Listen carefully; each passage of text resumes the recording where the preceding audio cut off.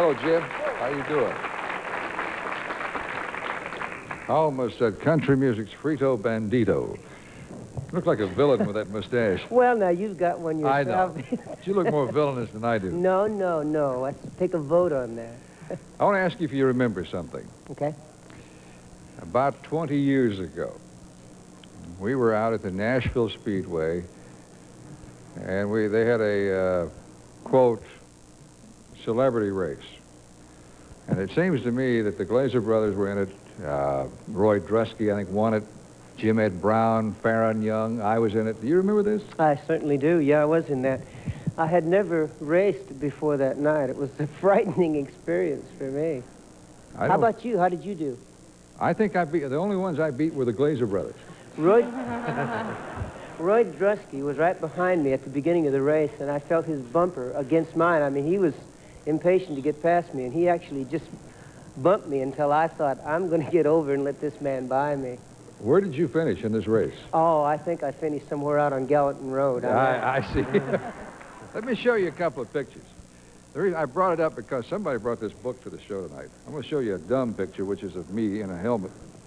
But Bobby Lord was in the race. So let's start right down here.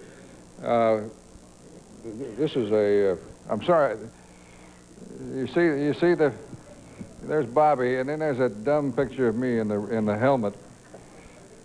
And I'm picture number 13, which probably is why I didn't win anything that night. I think I finished almost last.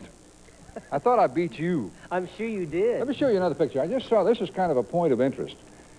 This is picture number 5 over here.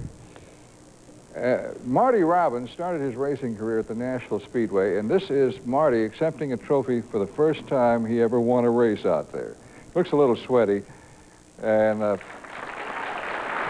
but he obviously is very excited about that.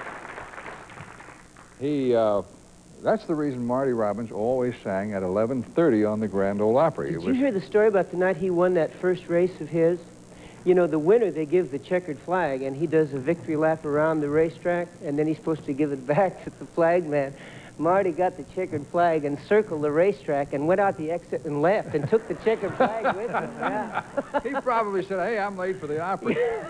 But if you ever followed the history of the Opry, you'll notice that Marty never, well, not unless you go way back, he didn't sing in the early part of the Opry, the early part of the evening. And this was designed so he could go and race. And then he would always do the concluding show from 11:30 till midnight. Yeah. Or whenever he got tired. Whenever he got there. You know, he started his race career with the micro midgets. Do you remember that? I saw his first race.